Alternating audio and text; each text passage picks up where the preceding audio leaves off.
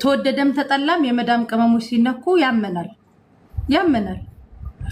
አንደኛ እሱ ነው። ሁለተኛ ነገር ደግሞ ለውቅና አይደለም እኛ የምንሮጠው ትክክለኛ እናንተን ለማዳን ነው። ኦኬ።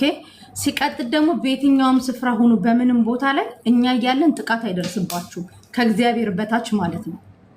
ከእግዚአብሔር በታች እዚህ እስካለን ድረስ እኛ እስካለን ድረስ ጥቃት አይደርስባችሁም። ህጉን ስላላወቃችሁት ብቻ በአበሻም ይሁን በየትኛውም ዜጋ ጥቃት አይደርስባችሁም። በተቻለን አቅም አለን ከጎናችሁ። አንገታችሁን አትደፉ። እኔ ቅርብ ኮንኩ እኔ በቅርብ ቻርጃ ላይ ለሚፈጠረው እኔ ያለሁኝ አጅማ ላይ ለሚፈጠረው ሳሪ ያለች ሁላችንም ስንደጋገፍ አይታችኋል ውጤቱ ማለት ነው። ተግባባን።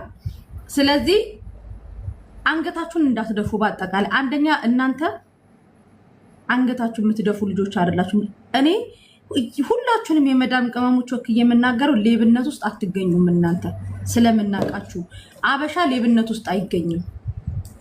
አበሻ ማለት እኛ ኢትዮጵያኖች ማለት እርቦን ተርበን በጣም ሆዳችን ተርቦ በንስካፌ ፎቅ ሙሉ ሲያጸዱ የሚውሉት አበሾች የመዳም ቅመሞች ናቸው።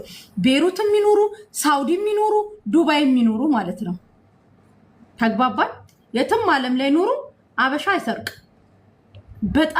በጣም ቁጥብ መሆናችንን የምታውቁት እነሱ የሰጡንን ሰልባጅ እንኳን አንለብስም።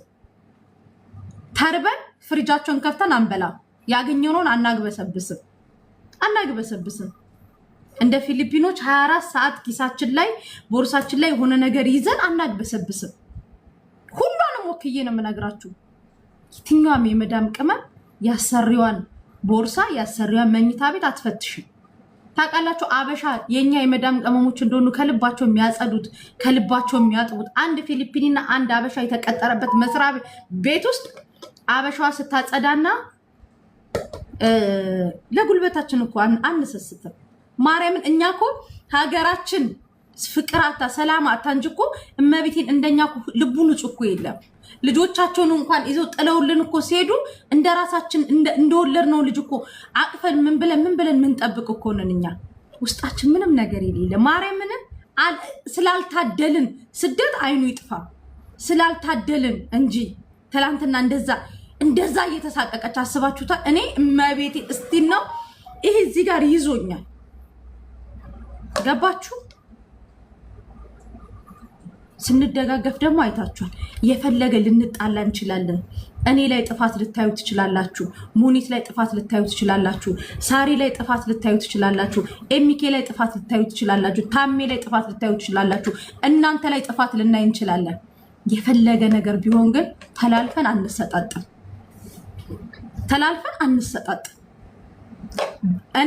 እኔም ሁሉ ጓደኞቼን ሞክዬ በእኛ ሬሳ ላይ ተረማምደው እናንተን ያጠቋቸዋል እንጂ እኛ ቆመን ወይ እኛ እየሰማናችሁ እንደዚህ አይነት ችግራችሁን እየሰማን ጸጥ አንልም። መጥተን እንጋፈጥላችኋለን በተቻለን አቅም። አንደኛ ኢማራት ህግ ያለባት ሀገር ናት። ሰው ሳይሆን ህግ የነገሰበት ሀገር ነው ኢማራት። ማንም እንደፈለገ አያንጓጥጣችሁ።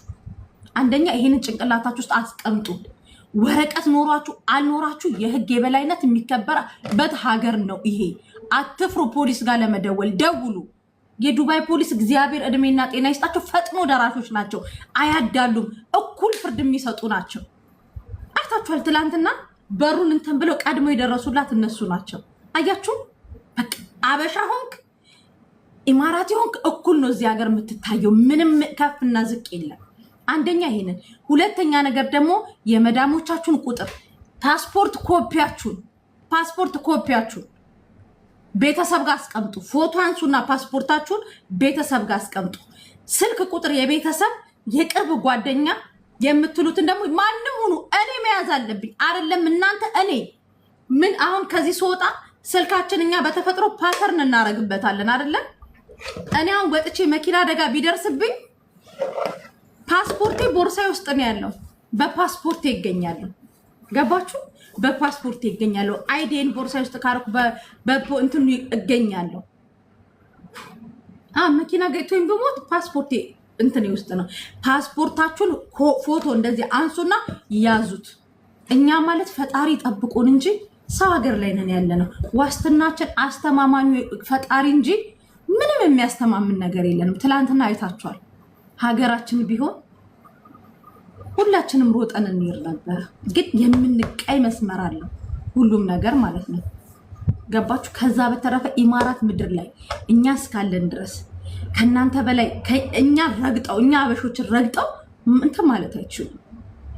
ህግ ያለበት ሀገር ነው። ሰው ሳይሆን ህግ የሚከበርበት ሀገር ነው።